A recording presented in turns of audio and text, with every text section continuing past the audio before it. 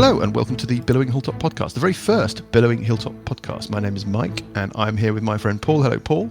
Hello.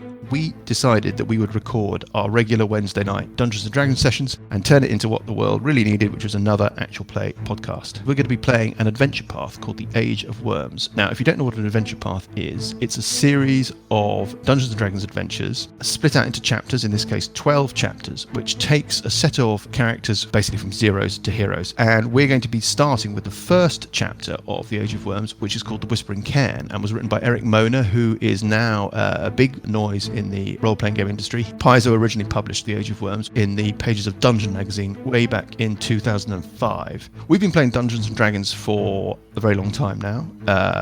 41 years, says Johnny, one of our players, regularly. We've played it through all its different variants and forms, right back from the very beginning, and we've also played a little bit of, Paul, you're going to tell me if you remember any of these game systems. Go for it. Shadowrun. No. Really? Yeah, no, of course I do. Call of Cthulhu? Yeah. Starfinder? Yes. Yes, that's the space one. The other Yes. one. Alternity? Oh, gosh. No. No. Okay. Anyway, we've played a lot of D&D and a lot of other games, and we currently play Dungeons & Dragons 5th edition, which we're all getting used to, having played quite a bit of Pathfinder and so forth. They're all very similar, these versions, but we're just getting used to it, so excuse the occasional rule research moment. Now, it helps us greatly if you subscribe on Apple Podcasts or Stitcher or Spotify or whatever podcast app you prefer. And if you give us a rating or you give us a review, you can find us at billowinghilltop.com. You can email us at hello@billowinghilltop.com, or you can look for us on Facebook and Twitter. I think that's about it, Paul. Anything else? Yes. No, I think that's good. I think we should get ready, steel ourselves for your performance. Oh, yeah, yes, we'll get the spooky music ready as I try and keep a straight face for long enough to do a bit of a story intro. Well, I'm just winding up the record player. Well, I'm just doing my stretches and my vocal whatever's, gymnastics. No, not vocal. La la la la la. And that's it. We won't hold you up any further. Let the awkwardness commence. And without further ado, let's have episode 1, Too Much, Too Young.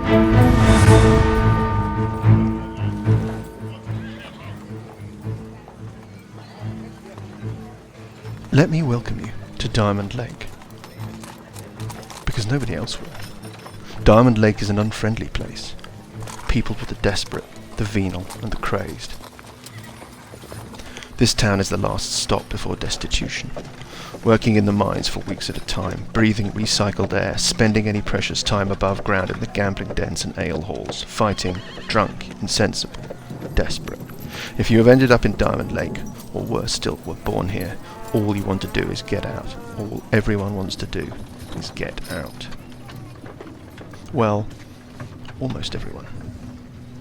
Because Diamond Lake sits only 3 days' ride east of Evenstar, the great city perched on the edge of the world, and Evenstar is greedy. Greedy for iron, greedy for silver, and willing to pay. Which means that there are fortunes to be made. Fortunes for the mine managers, fortunes for the town leaders, fortunes for those who know how to grift and skim and exploit. And Diamond Lake has another resource. The hills around the town are infested with tombs and burial cairns left by long-dead civilizations. The time once was that the treasures to be looted could make someone rich overnight. The wealthy of Evenstar are avid collectors of the mysterious. But those days are gone now. Now only a handful of treasure seekers pick their way over the carcass, and fewer still return with anything of value. Until a few days ago, out of the midwinter dark came a trio of treasure seekers. They began asking questions. They knew something. Their intention was to explore. They had information from Evenstar. Travelling alongside them from Evenstar was a young half-elf with striking grey hair and mismatched eyes, one green and one grey, called Cuthbert Ouch Splinter. Cuthbert had overheard their chatter one evening when the brandy was being passed around the fire. They were looking for something they called the Whispering Cairn, a tomb as yet unrobbed of its treasures. Cuthbert had been sent out to Diamond Lake by his family, more specifically by his terrifying grandmother. The Ouch Splinters are traders and brokers and rich. He stood in her parlour, the winter outside the window. "Go to Diamond Lake," she instructed. "Find me the drug Calamanthus. We need a supply."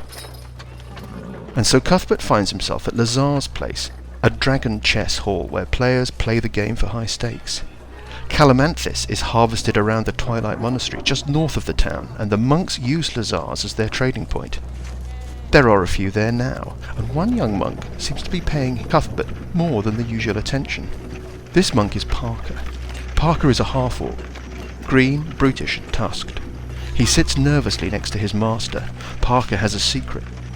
He had been tasked with polishing the oracle mirror in the heart of his monastery, and snatched one forbidden glimpse into its depths. He had seen a vision. A figure standing in the entrance of one of the Cairn tombs, a figure who regarded him with one grey and one green eye. In the darkness of the tomb he could sense danger and opportunity, and all around there was a sound, an almost human whispering that echoed through his imagination. One green and one grey eye. Parker is compelled to approach. It is not long before Parker and Cuthbert are companions in greed. Surely the tomb in Parker's vision is the Whispering Cairn. Where is it to be found? And it so happens the answer is only the flick of a coin away. For also at Lazar's that night, idling his way through another windless evening at the tables, is a young halfling called Sessions Eeper, a priest of the Lady Luck, Misfortune, and his lucky coin has just told him something. Those two, she whispers in his mind, those two young fellows have something in their future. Snakes or ladders I know not, but I tell thee, Sessions, you should see to it that you know them, and know them quick. Two young seekers in need of local knowledge, and a local in need of a lucky break and a beer. It is not long before Cuthbert, Parker, and Sessions are bound in the same enterprise. There is only one problem. Sessions has no idea where the Whispering Cairn may be found. But he does know the very fellows to ask. His cousin Grimbold, a waspish, balding sorcerer, embittered by failure and cursed with ill looks. And his friend Burple Herpish, yes, Burple Herpish, a resentful, talentless young minstrel, so burdened by his strange celestial heritage that all the world is his enemy. It means splitting between 5 instead of 3, but what is a third of nothing? And so the very next morning, 5 mismatched heroes, united in greed but riven by mutual distrust, set out through the snow into the Cairn Hills in search of fortune. Let us see if fortune seeks them out in turn. D&D.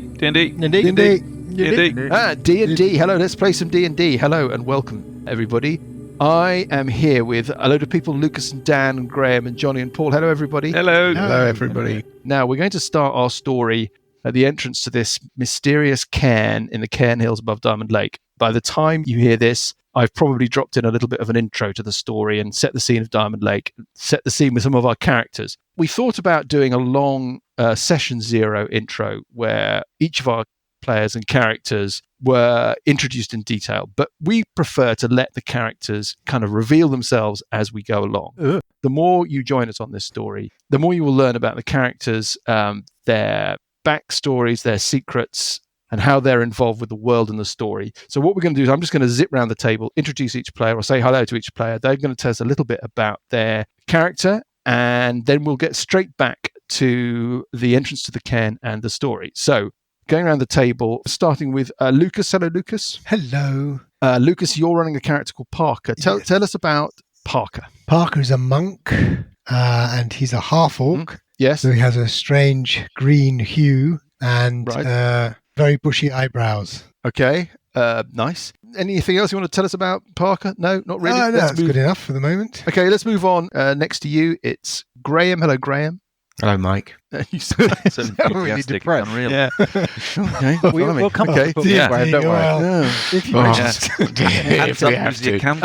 Tell us about your character, Graham. Okay, so I'm going to run Sessions Eeper, Cleric of Misfortune. And at this stage, I don't know too much about Sessions, but he will be rolling his lucky holy symbol between his fingers, which is a gold coin. Right, so Misfortune is the deity, the Lady the Luck. trickster god Right. in Gotcha. D&D terms. And what is a halfling or Halfling, and I think he will be the cousin of Grimbold, who's probably the next okay, person. well, we'll come to Grimbold in a minute. But let's before we get to Grimbold, let's Dan. Hello, Dan. Hello. Hello. Hello. Tell me about your character and why you like it. I like it because he's got funny eyes. No, he's called Burple Herpish, Burple Herpish. and he is an Azimar bard, and Azimar is a sort of celestial, half celestial Right. descendant.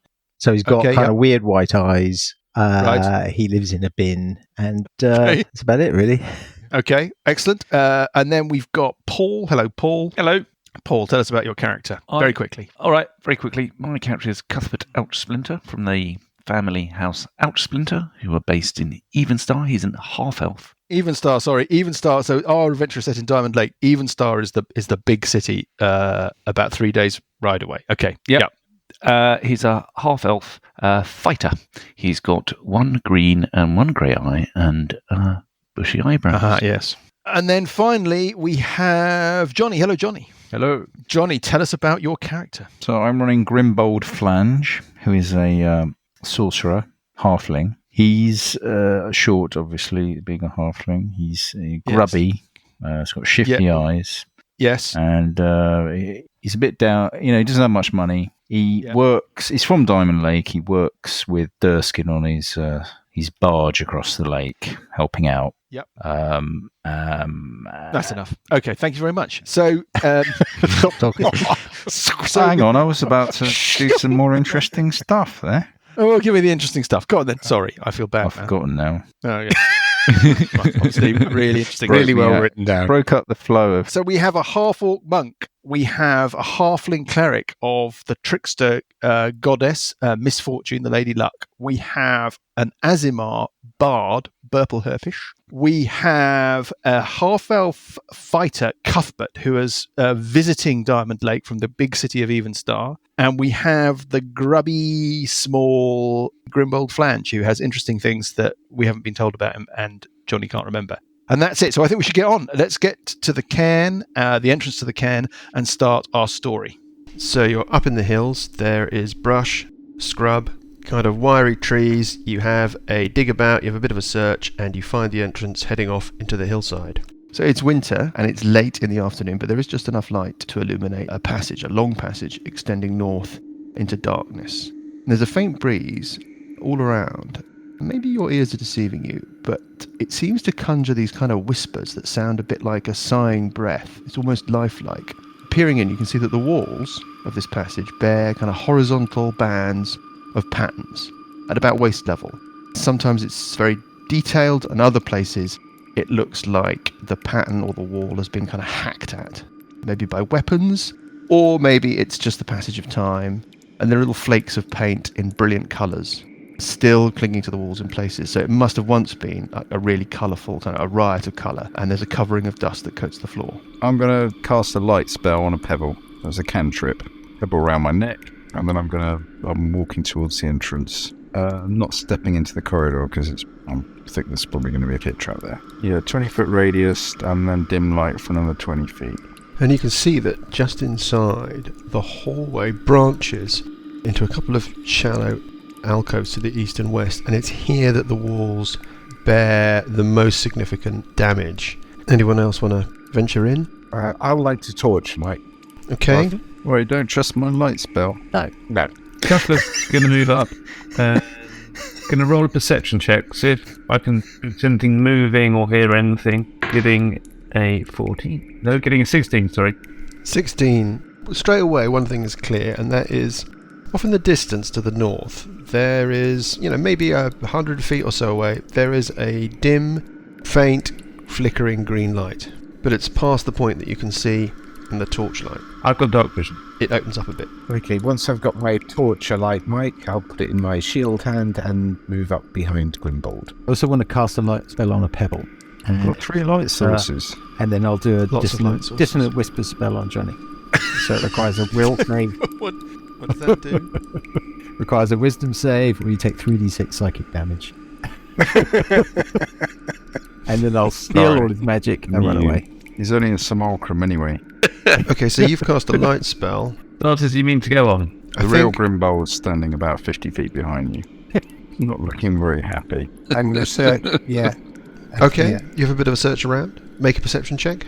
+2. That's a good idea. So you're searching in the kind of brush and scrub around the tomb entrance. 17. Okay, so that's a good check, and you don't see anything of any particular interest.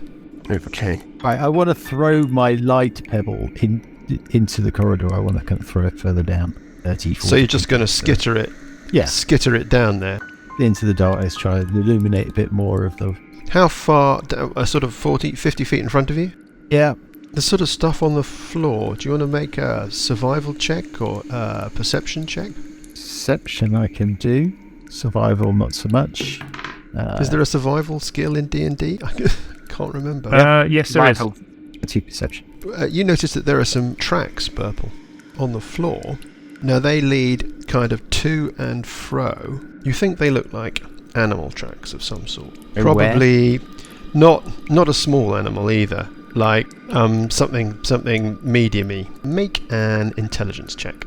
Not my strong suit. 11. It's not going to be easy for you, Dan, is it? 11 is not a disgrace. It's probably something like a wolf or a small bear or something with paws and claws. Okay. I understand what we're dealing with here. So I'm going to shout and Shout. lure the thing out. Let it all out. I'm going to shout and then run around the corner and hide. No, I'm going to shout and say... I could do a thunderclap actually as a cantrip. I probably won't because everyone will take 1d6 damage, so I won't do that. Have we decided who the fighter is in the party, by the way? You. You know, the person standing at the front. You. You. Always you. Do we have anyone that can do fighting? Right. Well, I haven't really thought that far ahead. yeah. Is Paul, are you an archery fighter? I'm a fighting type. I'm not an archery type fighter. You're a stand at the front, take loads of damage fighter. Not that either. I'm more of a springy, nimble, kind of run around kind of fighter. Has anybody, it was interesting to hear all your character backgrounds, but has anybody given any thought to what characters you might bring down as replacements? I mean, it doesn't... We're going there already. Interestingly, Burple has an identical twin brother. Does he now? Yes. I'm going to teleport. Well, you were down, you were No. what are you going to do? You're going to make a noise or cast a spell? Yeah, or... I'm just shouting. I'll do my wolf whistle. I think. It echoes down the passageway, eventually, sort of dying out. Nothing immediately comes scuttling out. Maybe they're out hunting. What about Parker? He's moving up, okay. I'm going to advance a little bit further because no one else is doing anything. First to die. As you move up, you can see a little bit more. You can see a little bit further, and Parker too, if he's moving up with you. We're all doing this. I'm going to reach forward as well. Look I've round moved the forward corner. about 30.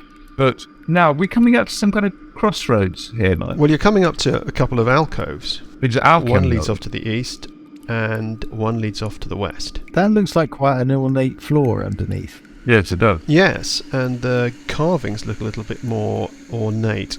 In the western alcove, there's a little lump of soiled cloth, about the size of a halfling.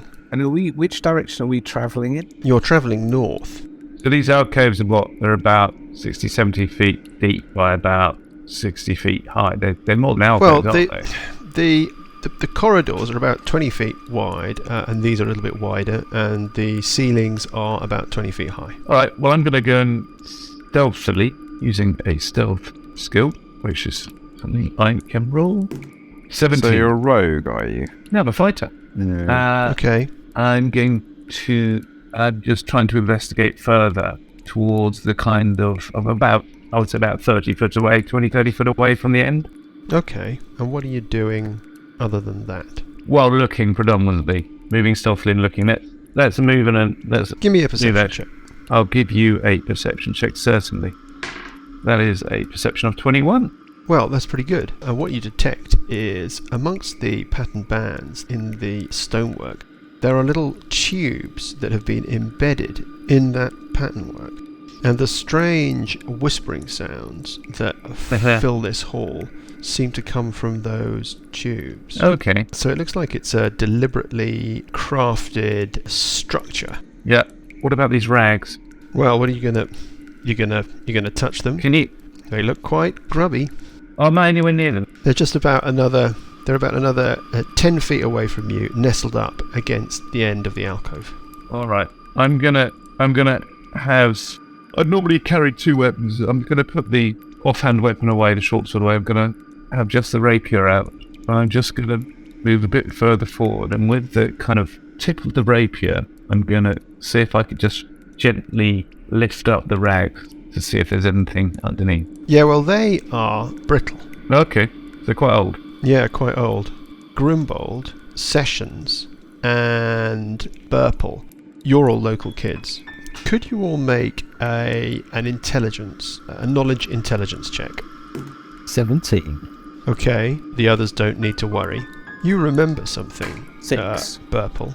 You remember that there was a kid that was rumoured to... Well, there was a kid that went missing a few years ago, and kids come up to this tomb, and this is how you know about it, because you used to come up here as a kind of dare. You would never venture in further than the opening. But the rumour is that the girl that went missing, she actually got lost in this cairn. And it's not beyond the realms of possibility that this could be the little bedroll of somebody like that. Okay. Is there nothing underneath it? No, it's just basically a bedroll. It's an old, crunch up with age, kind of soiled little blankety thing, a bit like Johnny. Yeah. I can interact with an object to pick up my pebble. Yeah. And I can throw it another 40 feet into the room, so kind of... Yeah, sure. Yep. And now you can see that there's another intersection, or rather, there's a spur that goes off to the west, but on the other side, it's all collapsed.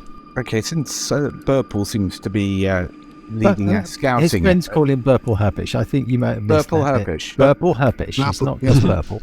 Burple Herpish. And he's quite, Burple he has quite a Herpish. temper. You know, he's a bit... BH. Yeah. No. Purple herpes. I'm going to move up to Burple Herpish. Yes. Thank you. Purple herpes. Herpes.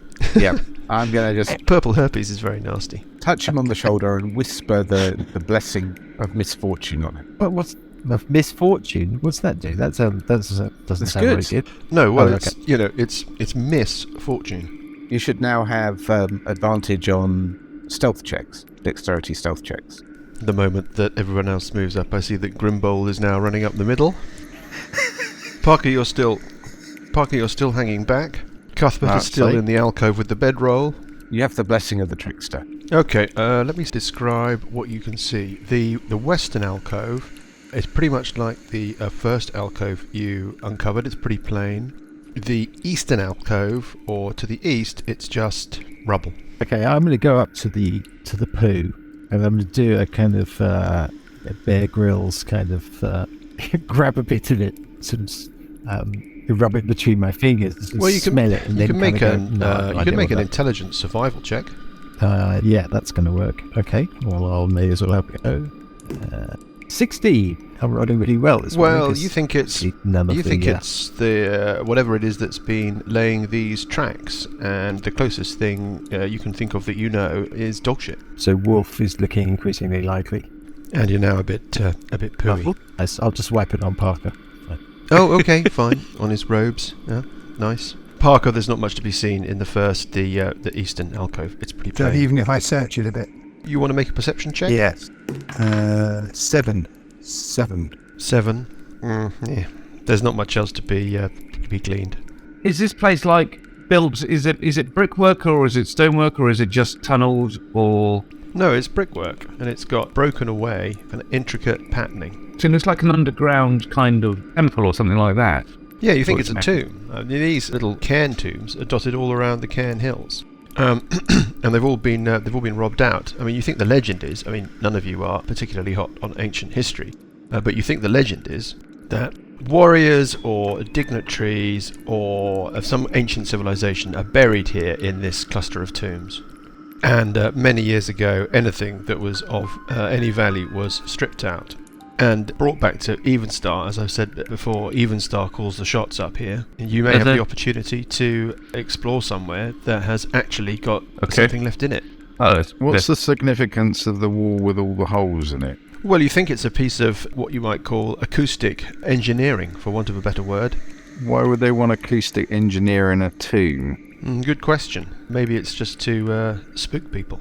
Sounds a bit But it's weird. clearly been deliberately constructed so that whatever ambient air currents that are around the hill are manipulated by these pipeworks, these kind of intricate tube works, to produce this eerie, sibilant whispering sound. Is there a eerie whispering sound? Yes, I mean that's why it's called the Whispering Cairn. I think you must have been a little bit asleep at that bit. Yeah. Are you asleep, Johnny? No, not yet. You sure? You're certain? Are you lying down? But I am lying down on the bed. Okay. However, I didn't cycle into work today. I worked at home, so I got a bit of an edgy. Bit of an edgy. What's that? That doesn't sound very... Bit of energy. I don't think we want to Let's breeze broadcast. past that, shall we? Are you Okay. wearing your special pajamas, Johnny? No comment. Right. So let's go back to the action. Burple has pushed on a bit further. Anybody gonna nose on up to this second yes. set of alcoves? I'm gonna roll a stealth again because I don't want to miss out on that. So oh dear. Okay, so a bit clunky. Those saucepans in my pack. Yeah, or you maybe you knock a little bit of rubble loose or something and it skitters around a bit. I'll move up behind Cuthbert. Yes, Ouch. Grimbold is moving up, okay. Parker is moving up. So you're all moving up to the second intersection. So, Parker, what you can see, I'm going to go up and have a look up there. this area to the east is clearly completely gone. It looks like the whole thing has collapsed and gone. It looks like there's little to be found there. In the western alcove, though, there is something of a little more interest. Let me describe it to you. This alcove is about 40 foot long, and at the end there's a little marble platform about 6 inches off the floor. And on top of this platform, there's a kind of apparatus, a sort of shattered apparatus, and it's got an oval frame of which there's only like a third left. So it's like the frame, it's like the frame of a mirror, yeah, but it's broken away. And there's a weird little arcane glyph. Actually, it's not that little. It's about the size of a human head, and it's delicately carved into the base of the platform. Anybody going over there? Yes. Is anyone gonna head up? Yeah. You are? Okay. You can see that there's a platform. It's about 10 feet, maybe a little more square. And on top of it is something that looks like, or maybe it was once like a mirror, but that ornate oval frame has broken away, so there's only a little bit left. And anything that was in that frame is gone, but there are some shards of this material on the platform in front of it, and the glyph carved into the platform itself. Nobody's getting very close. Okay, so Burple, you're about 15 feet away from this platform, having a look at it. Grimbold hanging back a bit. Everyone else tucked up round the corner, looking nervous. Cuthbert was there a moment ago, has now gone. I'm hiding behind Session 2 side one. As a sorcerer, can I recognise the glyph as some kind of magic? Make an intelligence arcana check. Arcana, right. Okay, so... Or maybe a history check? Knowledge is intelligence, right? Yeah, it's intelligence, yeah. I'll make a knowledge check, mate. 12. Yeah. What you know is that the glyph, it's not from a language that you're familiar with. It's something to do with, it's a symbol for the element of air, or elemental air. That's what you think. Okay, I share this with Burple and Grimbold in our... Little No, huddle. Yeah, I knew. But at that distance, that's pretty much all you're going to be able to determine. I mean, really. It sounds like it's an arcane thing, so I think Grimbold should go and have a good look. Yeah, do we have any magic types in the party? Grimbold, you look... I think he has arcane stuff, doesn't he? yeah? We got a slutty chubby wizard. No, not chubby. Not chubby. Sure. But then you're not a proper halfling. Solidly built. Big boned. Yeah, I don't recognise the symbol. I don't feel qualified to go and have a close look. Okay, well, that's probably all you're going to learn from where you are. Unless you go right up and stick your face right in it. Somebody make a perception. The three at the front. I'm going to go further in. Oh, so Cuthbert, go you're up. piling right up to it. I'm going to make the perception that you were suggesting. Yeah, make a Cuthbert, Make make a perception check. But I'll make guys. Yeah. +1. 10, Get it. 16. 4. Burp. 22. Natural 20. You reckon you can't see them close enough to learn any more about it, but there's some other runes and glyphs carved into the inside of the rim of the frame, and there are shards of some kind of glassy material on the platform in front of this frame as well. Perception in front of me, and I'll move up looking for... I'm going to leave it to everyone else. I'm just going to set back over here. It could be explosive runes, actually. Back off a little bit. From your new vantage point sessions, do you want to make an intelligence arcana check? See if you can learn something about these runes. You're either rolling just your intelligence or an arcana bonus if you have it. Yeah, I don't. But I get a 12. This is in the realm of sorcery. Yes, gods of Grimbold, get up there. Well, 12, a gentleman's 12, that's not a disgrace. You think that the runes on the frame are conjuration runes, and there's something to do with transportation. Something to do with... You know that it's possible to use magic to transport oneself or others instantly across great distances. You don't know enough to understand the specifics, but you understand that that's the kind of line of country that you're in. Okay, I'm going to copy them down. As best as you can from where As you best are, I from can, 10 feet away. Right, get my smartphone out, take a photo. Yeah. I'm going to go up further. Okay. Famous last words. So you're right now, you're right there. You can see these little shards of material as well. Is it glass? Is it? Yeah. Glass-ish, stone-ish. I mean, do you want to have a proper... Yeah. Do you want to have a proper look? Okay. Well... I've got +1 on my investigation. Yeah, investigation's probably the right thing to be using. Getting an enormous 3. Okay, I mean 3 doesn't tell you very much. I mean, are you picking any of them up? Yes. Okay, well it's a black substance. It feels more like stone than glass. It's slightly colder to the touch than you would have expected. Okay. I will then walk over to Grimbold, hold it out, go, Grimbold, what do you think of this then? I think this is obsidian. A rare volcanic rock. It's been crafted using magical means. Really? There we go. Okay. You got that without looking at it. Well done. Amazing. How long does it take me to copy down the runes? You can. It'll take you, let's say, a minute. Okay. To get a good record of what you can see, albeit from a distance. And of course, you can always make a record or take an impression of this main glyph that is sitting on the stand as well. I will do that. I will draw it all down. Now that we've determined that this is obsidian and it's quite rare and valuable, I might collect some of it. Yeah, you think it might be worth something? Yeah, I'm gonna gather up some and put it in my backpack. Yeah, we can all roll for it later, Paul. But, good job. There's a couple of people in Diamond Lake who might be interested. There's a jeweller, a gnome jeweller called Tidwode.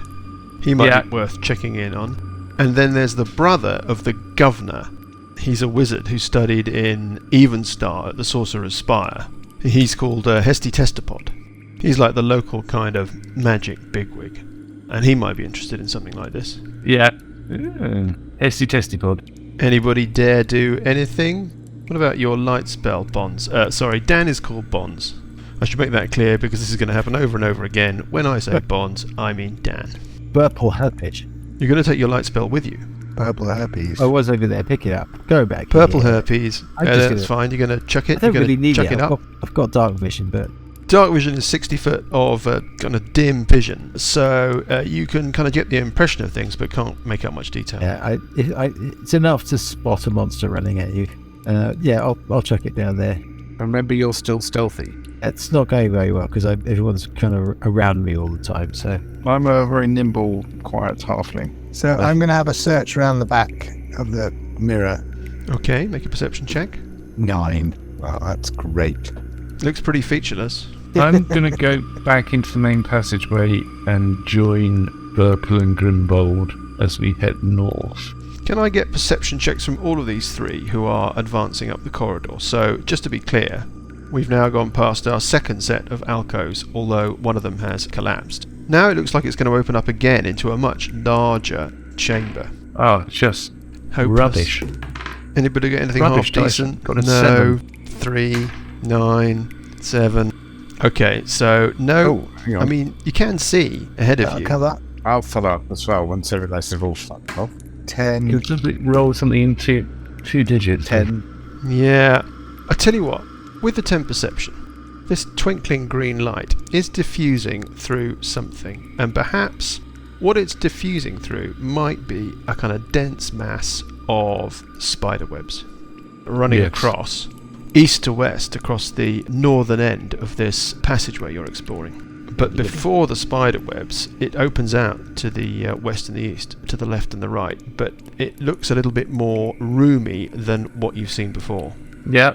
Okay. And any sound other than the eerie... Not that you can hear, because your perception checks are so awful. Well, I'll move up another 20 foot and do another perception. 30 foot, moving stealthily. Oh, for God's sakes. You got advantage on your 6. stealth. Okay, yeah. The reason I'm doing it, sorry, on my stealth I get 10. And we've got some absolutely dreadful perception checks. I mean, you're all just sort of bumbling around. I haven't made one, I'm going to make a perception check. Well, Burple, make a perception check. You're one of the furthest forward people. I'll move up. Oh, hello. Natural 20. 20, there you go. Well, Burple, immediately you can smell animal spore. So if you found some droppings further back, your nose is telling you that there are an awful lot more ahead of you. And the sort of smell of wet fur. You can definitely see with your 20 that it's clearly a translucent cobwebs, and there's a sort of eerie green light flickering and casting strange shadows. And you could definitely hear, kind of ahead and to the east of you, a kind of low sort of snarling. From Paul's side. Yeah, on the side that Cuthbert is nearest. Yeah. I'll just take a further step back. he just steps back in amazement. Oh, coward. I'm going to do another stealth check. That's more like it. Uh-huh. And go around the corner so I can see all the way around. After about 15 or 20 feet of this corridor, the ceiling has collapsed, so there's rubble. Yeah. Pretty much blocking off the whole thing. But make a perception check, please. 8. Oh!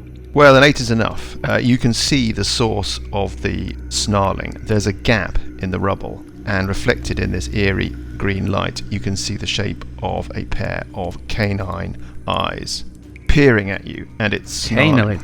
And I think that we should roll for initiative. Hurrah!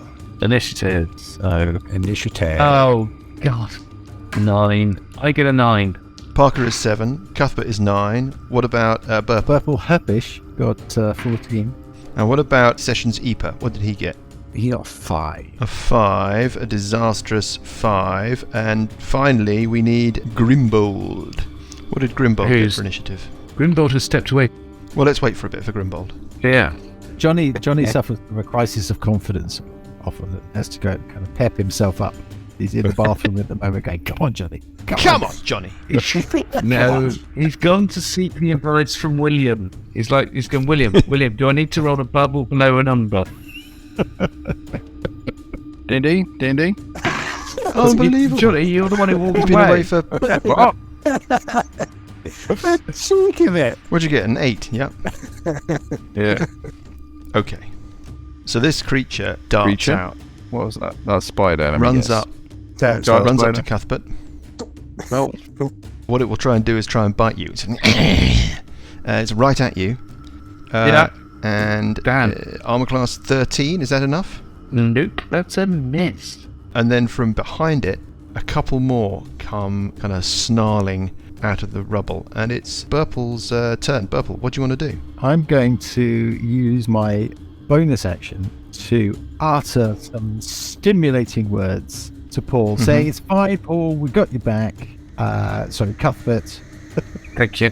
And what effect does that have? That gives you, as my bardic inspiration, it gives him an extra d6 that you can use, as is your wont. Okay. Hang on, I'm going to set the value. So you can use it on a attack, a saving throw, or an ability check. Oh, It gives you an extra d6 to use within 10 minutes. okay. Does it, if I add it to my attack, does it apply to every attack within those So you can use 10 it minutes? once. Oh, it's once. It's 1d6 that you can use once. Okay. All right, I suppose it is the first time. Cool, thank you very much. +6 on every roll ever. And then I will move, and then I will do a spell. So I can use that as a bonus action, the bardic inspiration. So as a spell, I'm going to do. Well, let's try the dissonant whispers, shall we? Okay, so the creature that is attacking Cuthbert, Yeah, the wolf, yeah. has to make a wisdom saving throw. Yeah. DC of 13. You'll have a go at that. 18. He shakes off whatever that was. And so now it's Cuthbert. Cuthbert, what do you want to do? Well, right. Cuthbert's going to attack, He's got a weapon in each hand. Can he do 2 attacks? He can, as a bonus Because action. he's got 2 weapon fighting. Yeah, that means he can attack with the... Yeah, that's what it allows him to do. Okay. But you don't add your strength bonus to the damage of the second weapon. You do if you got 2 weapon fighting. Oh, you I do? do. Oh, okay. Yeah, Yes, okay. because I have 2 weapon fighting. Okay, So 2 attacks. go for First it. Provided attack. they're both light weapons. Yes, they are. What are they? Rapier and a short sword. Okay, so you're gonna try and kind of skewer it with your rapier. Skewer it with a rapier. Yeah. Doing... Oh, I don't think that's going to help. And Well, you'd be that's surprised. rolling an armor class 8. Armor class 8 is a miss. And his second attack, the short sword, Oh dear. just shit. Okay, so you That's my swing round. at it not very successfully, and we go on to Grimbold. Grimbold will do a spell. Yeah. So he waves his hands in his air. In his air. He hasn't got any hair. He mumbles some magic, And cast mage armor. and he does false life. God, it's like Tolkien is in the room with us. It's false life. It's a spell that I've never picked before. After 41 years of Dungeons and Dragons. Oh God. Note that, readers. Readers? Deary me. Readers? This is Or all- whoever, what do you call people who watch podcasts? Well, okay, the audience then. So for the audience, 41 years of D&D. I bet he's making a cup of tea at the moment.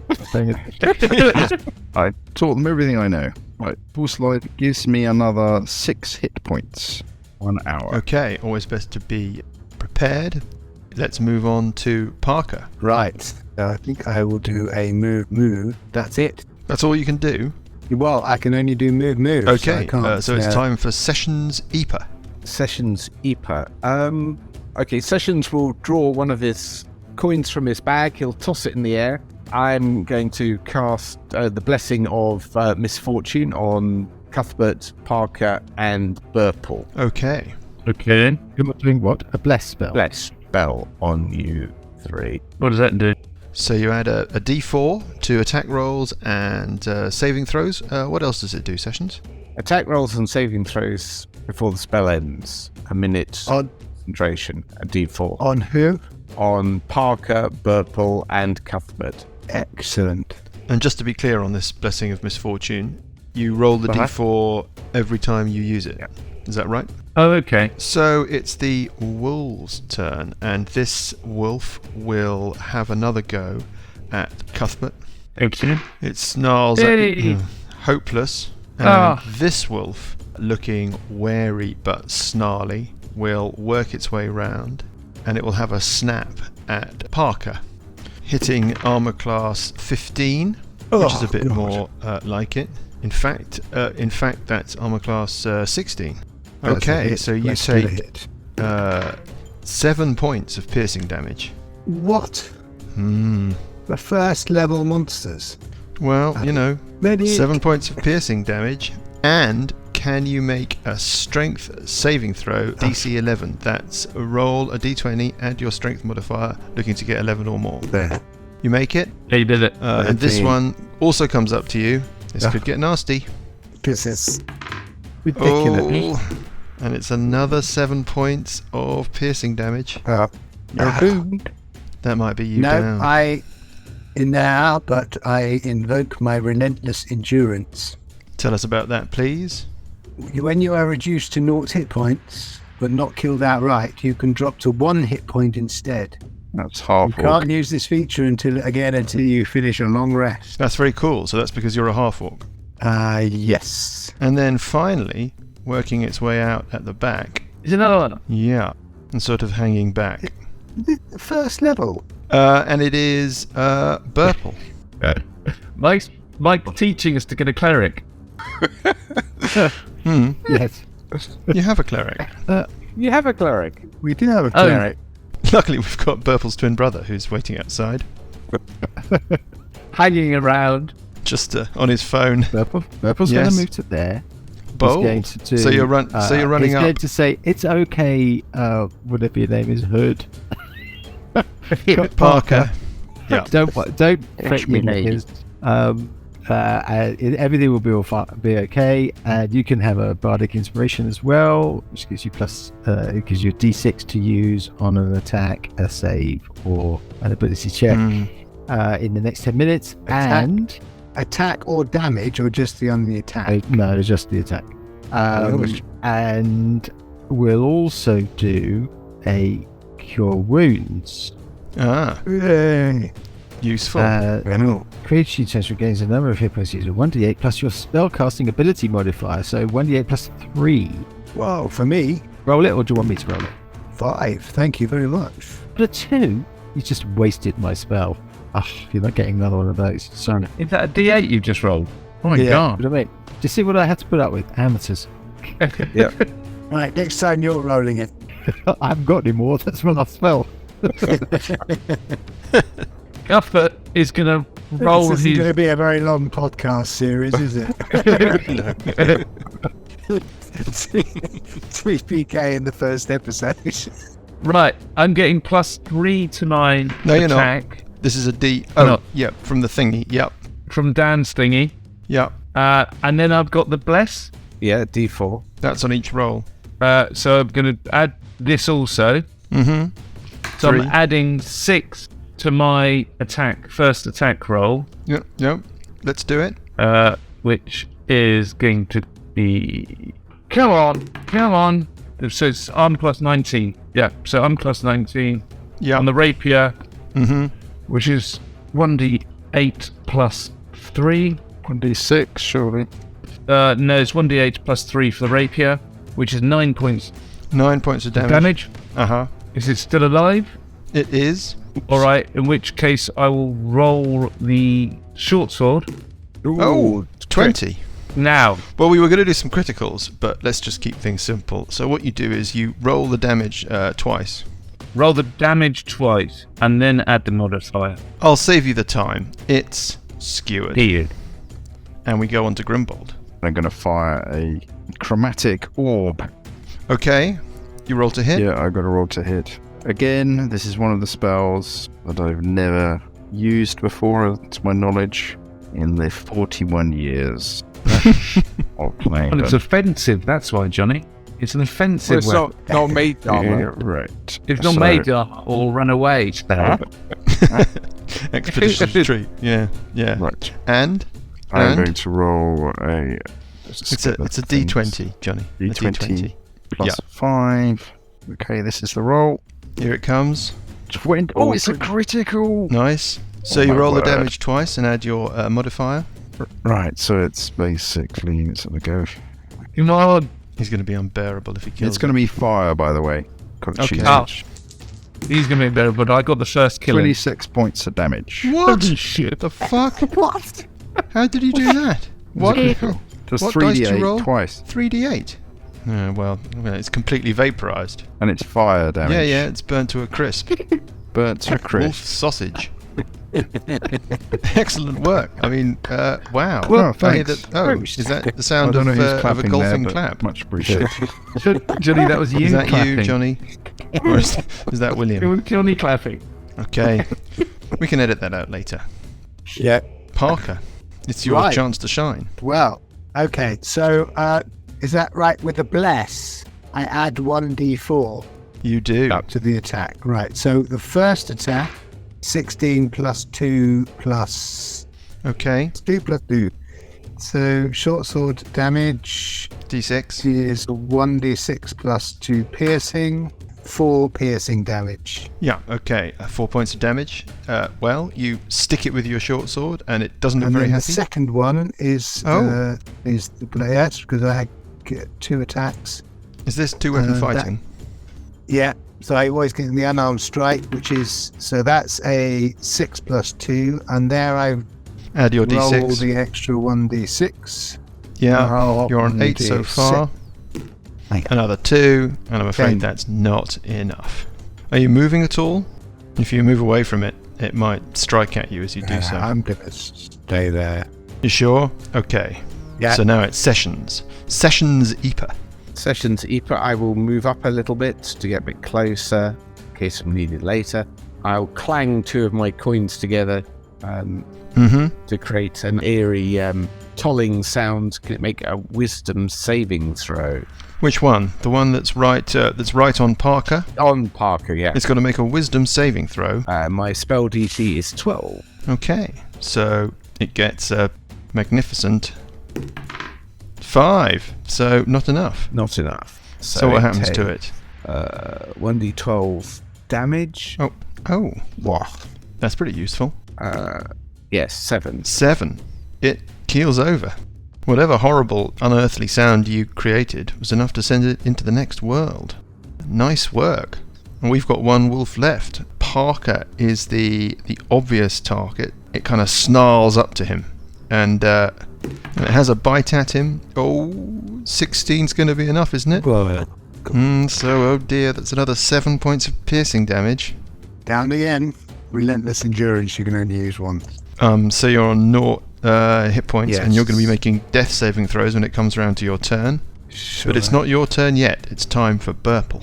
So Burple will So step to Parker there. is lying at your feet because he's been downed by this last wolf.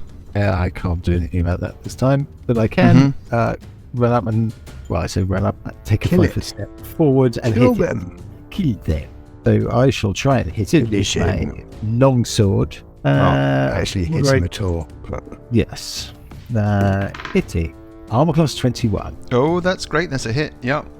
Thank you very much. Doing the following damage. Combien de points de dommage? 6 points de damage sur la tête de la monstre. That's a pretty serious blow, but And it's then- still up. Then I'll go and step. Hang on. Oh no, I can't do that because it will hit me. Does it get a attack opportunity? It will do if you step away from it. Yeah. Need a melee weapon or anything like that. Okay, no, I'll stay where I am. Okay, and then it's Cuthbert. Maybe Cuthbert can finish it off. He's going to do his first attack, and he's going to add D4, Yep. giving him a total of armor plus 17. That's a hit. It's a hit, doing 1d8 plus 3, doing 6 points of damage. And you skewer the final wolf. Nicely See? done. Is somebody gonna? That's how you do it. What are you gonna do about Parker? He's down. Well, he'll be fine for now. We'll leave it for that. But, I I will move my Yeah. Sessions will move up to Parker, place my symbol on his forehead, and spare the dying. Right. thank you. And that pretty much wraps it up. Thanks everybody. That was fun, and we'll pick it up next time.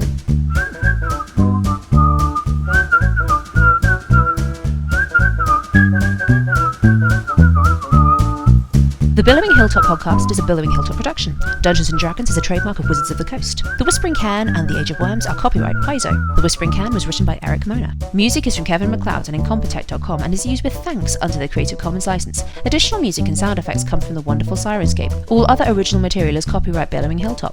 Role-playing games are all about getting people together, and we use Roll20 as our tabletop, the perfect place to host your game, and Discord to host our chat. Thanks for listening!